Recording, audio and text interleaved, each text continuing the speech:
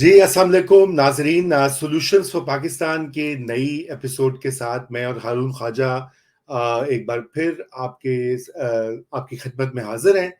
और आज भी हम जो पाकिस्तान की मईशत पे जो नई डेवलपमेंट्स हुई हैं और कुछ नई जिसे कहते हैं अंदेशे भी उभरे हैं, उनका हम जिक्र करेंगे। उनमें सरे फहरिस्त तो पाकिस्तान की IMF का प्रोग्राम है $7 अरब का, जो कि स्टाफ लेवल एग्रीमेंट तो हो चुका है, लेकिन अभी तक IMF का जो बोर्ड है, जो फाइनल अप्रूविंग अथॉरिटी है, उन्होंने उसको अपने एजेंडे पर नहीं डाला। और इससे यकीनन बहुत ज्यादा स्पेकुलेशन भी होती रही है कि क्या ये प्रोग्राम जो है इसमें इल्तवा क्यों हो रहा है।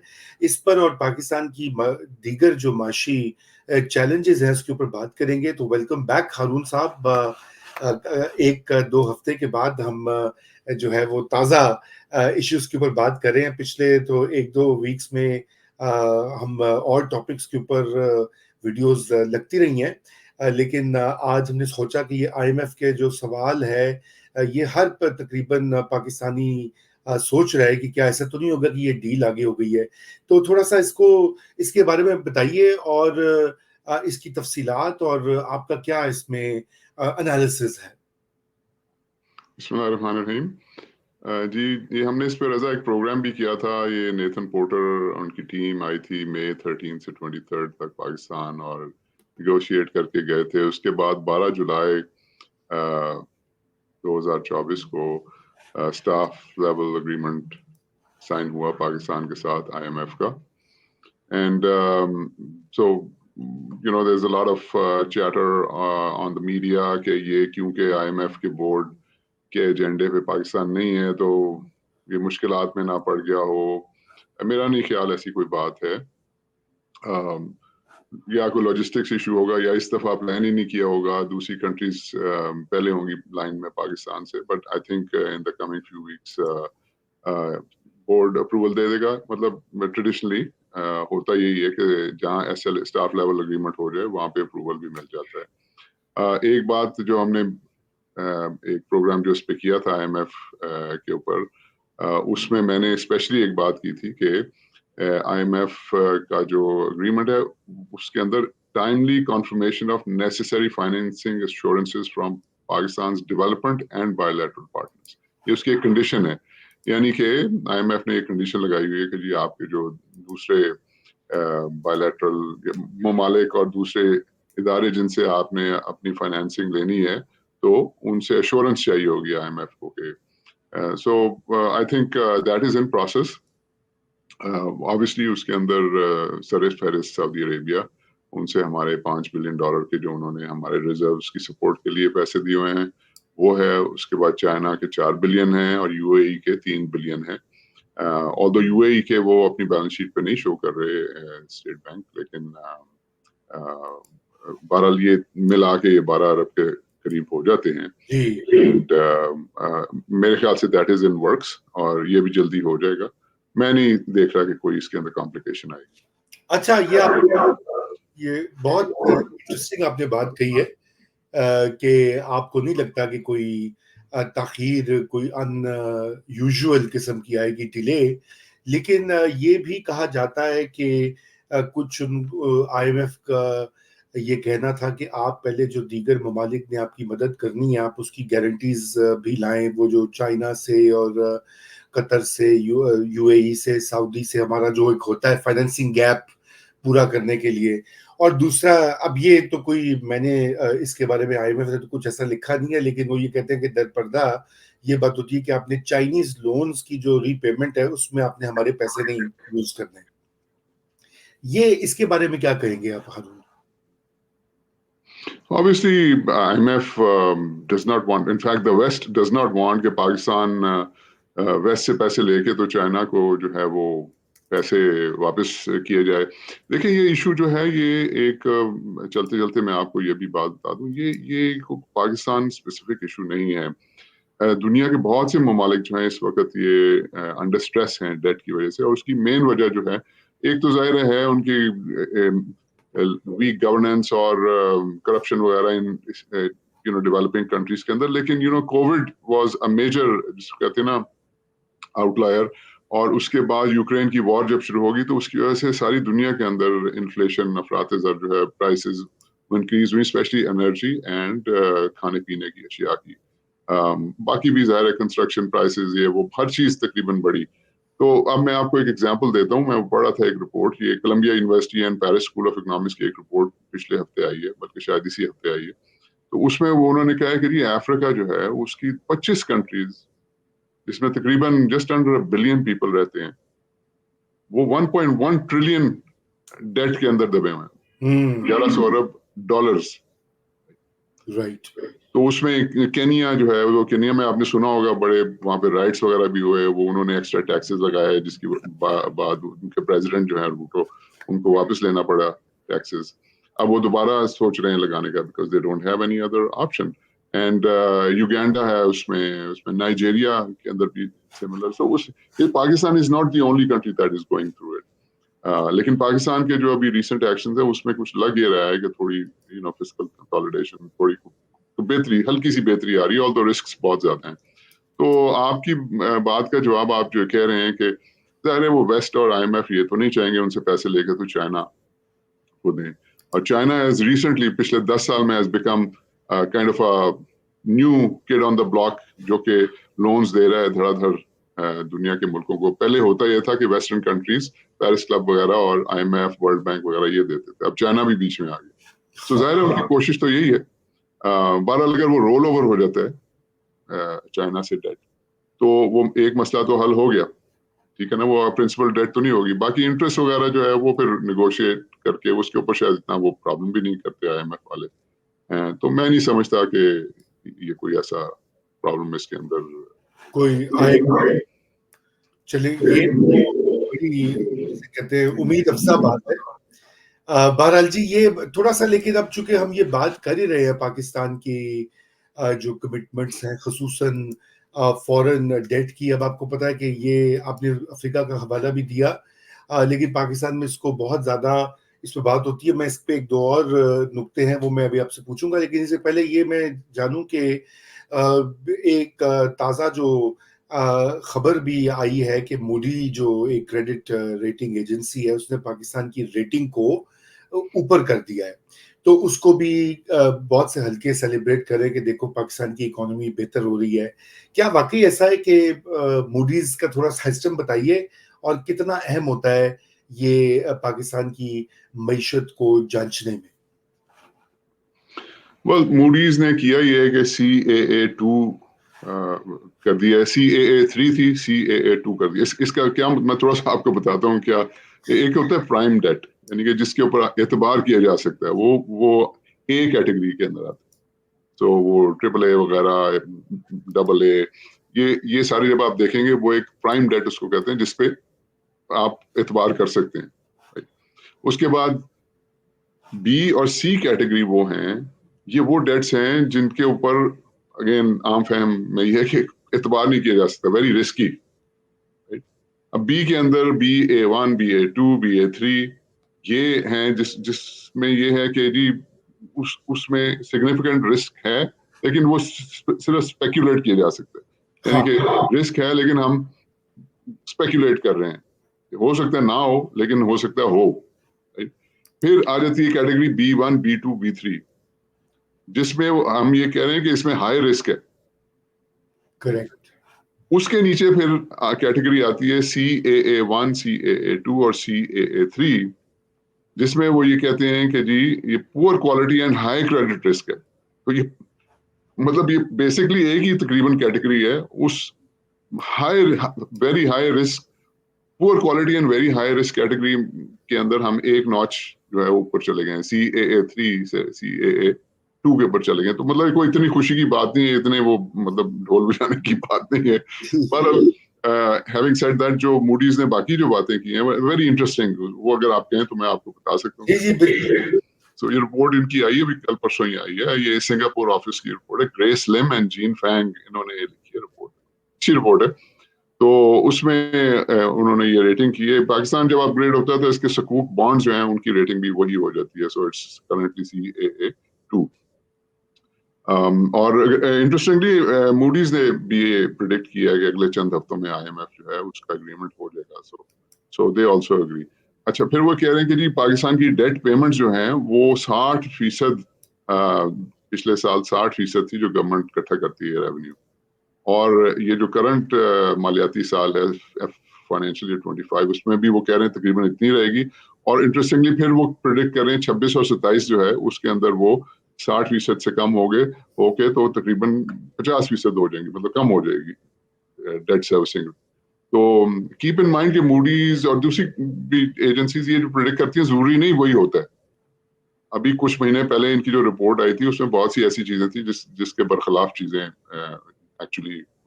تو مطلب بہرحال just to share with you, reserves وہ کہہ رہے ہیں اس وقت 9.3 بلین ہے جو کہ صرف 2 مہینے کی امپورٹ ہے. وہ یہ ایکسپیکٹ کر رہے ہیں کہ یہ ہو جائیں گے by the end of the year 13 ارب کے قریب ہو جائیں گے. گورنمنٹ بھی ایکسپیکٹ کر رہی ہے. تو وہ کہہ رہے ہیں تو 2 مہینے کی امپورٹ 9.3 بلین, لیکن پچھلے سال جون میں یہ 4.4 بلین تھے, اب 9.3 بلین. تو that is another positive thing going in the right direction. پھر یہ کہہ رہے ہیں کہ وہ جو گیپ ایکسٹرنل گیپ ہے وہ 26 بلین ڈالر کا ہے پاکستان کا, جو ڈیٹ پیمنٹس اور کرنٹ اکاؤنٹ ڈیفیسٹ وغیرہ. تو یہ فائنینشیل ایئر 25 میں, اور باقی جو 26 اور 27 اگلے 2 سال آ رہے ہیں اس کے اندر بھی تقریباً اتنا ہی رہے گا یہ کہہ رہے ہیں. اینڈ فسکل ڈیفیسٹ وہ کہہ رہے ہیں جی کہ وہ 5.9% کیا ہوا ہے بجٹ, تو وہ ایکسپیکٹ کر رہے ہیں 6.5% ہوگا. اچھا انٹرسٹنگلی ایک اور چیز انہوں نے مینشن ضرور کیا کہ سعودی عرب اور UAE نے $15 بلین پلیج کیا ہوا ہے, اور وہ کہہ رہے ہیں کہ اگر یہ آ گیا واقعی آ گیا تو سگنیفیکنٹلی امپروو ہو سکتی ہے پاکستان کی پوزیشن. اینڈ فائنلی چلتے چلتے رضا یہ بڑی انٹرسٹنگ انہوں نے انوائرمنٹ کا رسک, سوشل رسک اور گورننس رسک کی بھی بات کی, اس کے اندر کوئی اتنی اچھی نہیں ہے. انوائرمنٹ رسک میں E5 کیٹیگری میں پاکستان سب سے لوور کیٹیگری کے اندر ایکسپوزڈ ہیں. ظاہر ہے ٹراپیکل سائیکلونز کراچی میں بھی آ رہا ہے, ڈراؤٹس, فلڈز وغیرہ, ایکسٹریم ٹیمپریچرز, اور فریش واٹر نہیں ہے, کلین ڈرنکنگ واٹر نہیں ہے. یہ سارے رسک ہیں پاکستان میں. Social risk S5 category again lowest, very low income ہے, limited access to health care, basic facilities, housing, education, safety وغیرہ. And finally governance risk G4 ہے جو کہ ویک رول آف لا ہے, کرپشن پہ کنٹرول ویک ہے, اور government effectiveness جو ہے وہ لمیٹڈ ہے. سو یہ سمری تھی اس کی report. Right.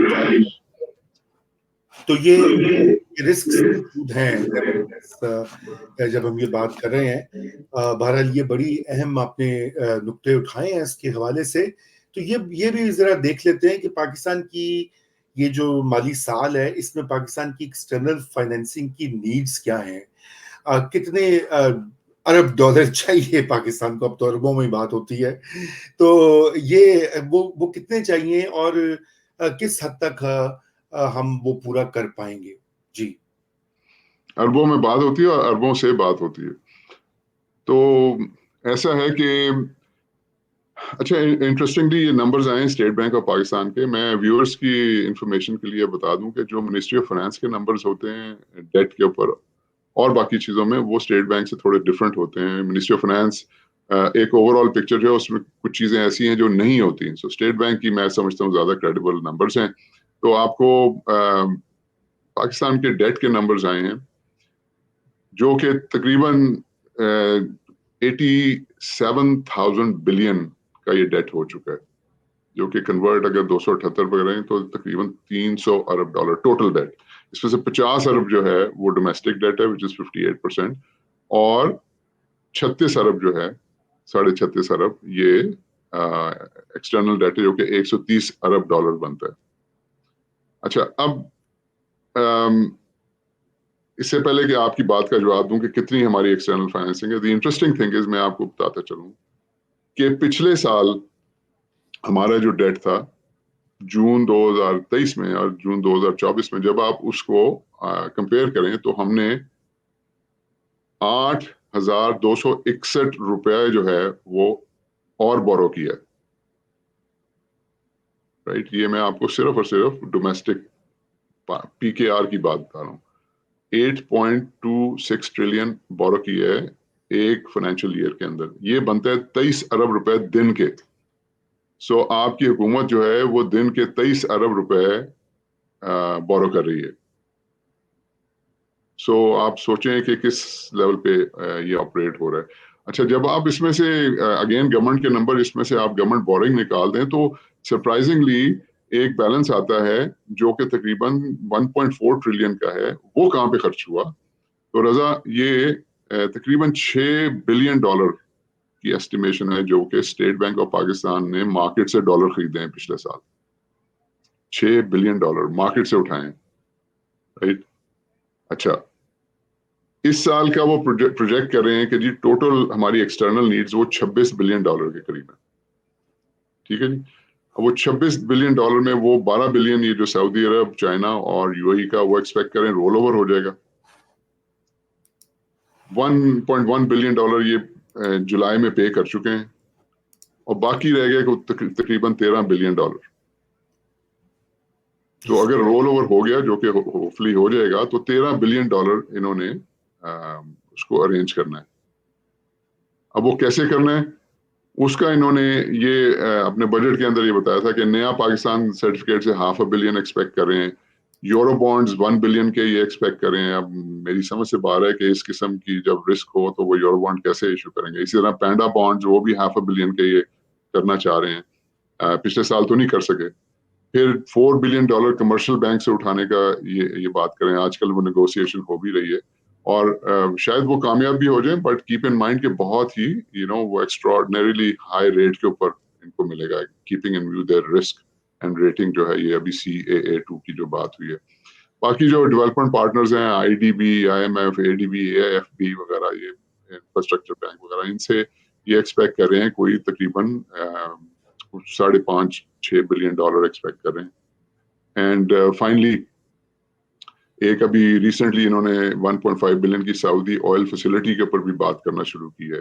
And so let's see उसमें क्या होता है. बॉटम लाइन ये है कि अगर आप जहन में रखें कि पिछले साल अगर ये मार्केट से $6 बिलियन उठा सकते हैं तो वो उनका बैकअप प्लान है.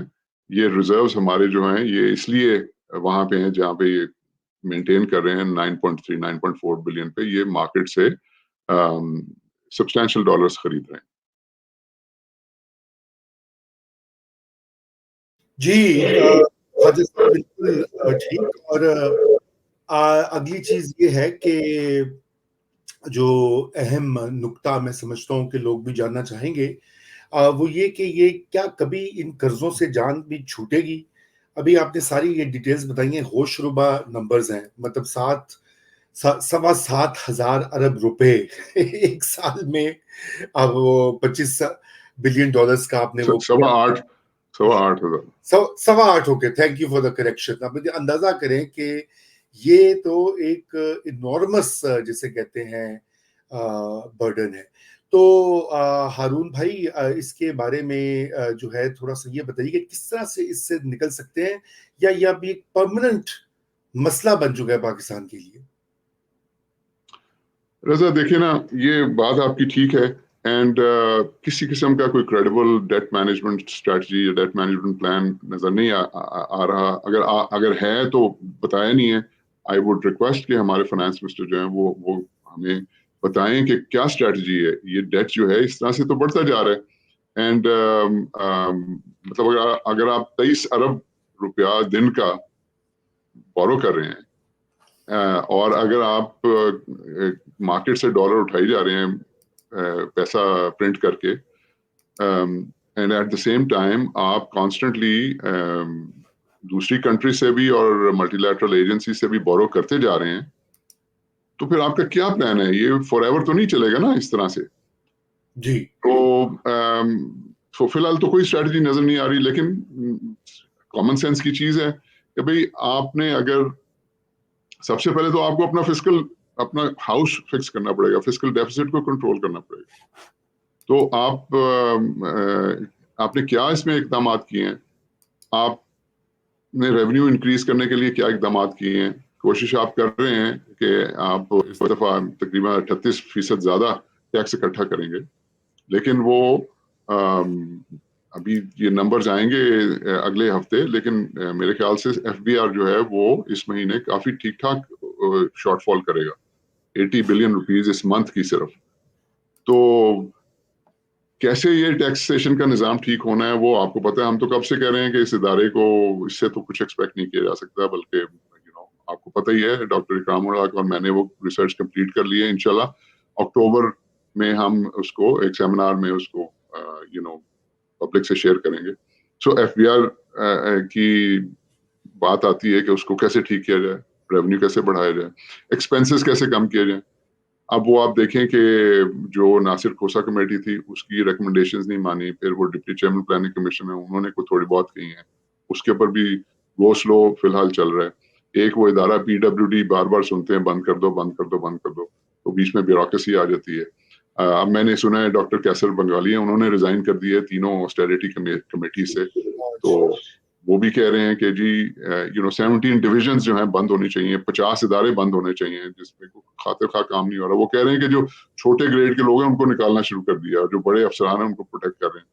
तो अब इस तरह से तो फिर काम नहीं चलता ना. इस तरह आपके खर्चे जो हैं वो किसी तरह से कम नहीं हो रहे हैं, गाड़ियां आपकी आई जा रही हैं, रेनोवेशंस हो रही हैं, नई बिल्डिंग्स बन रही हैं. मतलब किस हैरान होता है बंदा कि भाई every rupee that and every dollar that you have is a borrowed rupee and dollar, और आप इस तरह से खर्चे करी जा रहे हैं. तो सो ये चीजें. तो अच्छा, जो एक्सटर्नल साइड के ऊपर आप आ जाएं रजा, मैं आपसे पूछता हूँ कि एक्सपोर्ट्स बढ़ानी है, सबसे पहली चीज नो ब्रेनर वो आपकी आईटी है जो आपको लीप फ्रॉग दे सकती है. तो आईटी में आप देखें ना, वो जो इंटरनेट के साथ हुआ है, वो कभी शार्क मछली आके खा जाती है, कभी वेल मछली आके खा जाती है, कभी केबल कट जाती है, कभी फायरवॉल आ जाती है. ये आप मतलब you got to be serious about it. मुझे तो लगता है कोई है ही नहीं, अप्रिसिएशन ही नहीं है, उनको पता ही नहीं है कि हाउ सीरियस थिंग्स आर. तो इस किस्म के माहौल में रजा किस तरह रेमिटेंसेस के ऊपर अलबत्ता एक अच्छी बात है, उन्होंने 78 बिलियन ये अनाउंस किया है पैकेज इंसेंटिव्स का बैंक्स के लिए और एक्सचेंज कंपनीज के लिए, जिससे रेमिटेंसेस बढ़ाने का आई एम वेरी श्योर उसके अंदर बहुत स्कोप है. तो बहरहाल और काम करने की जरूरत है. बिल्कुल.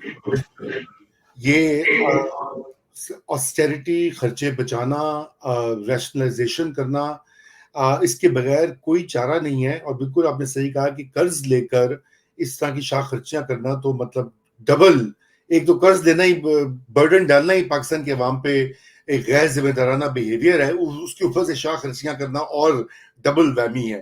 तो बहरहाल आज के लिए मेरे ख्याल से इतना ही है नाजरीन. और हारून साहब, थैंक यू सो मच.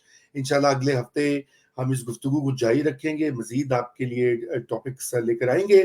आपके कोई सवालात हों या कमेंट्स हों तो बिल्कुल दें, उनको भी एड्रेस करते रहेंगे, पढ़ते भी हैं हम साथ में और उनको एड्रेस भी करेंगे साथ साथ एज वी गो अलॉन्ग. बहुत शुक्रिया. खुदा हाफिज.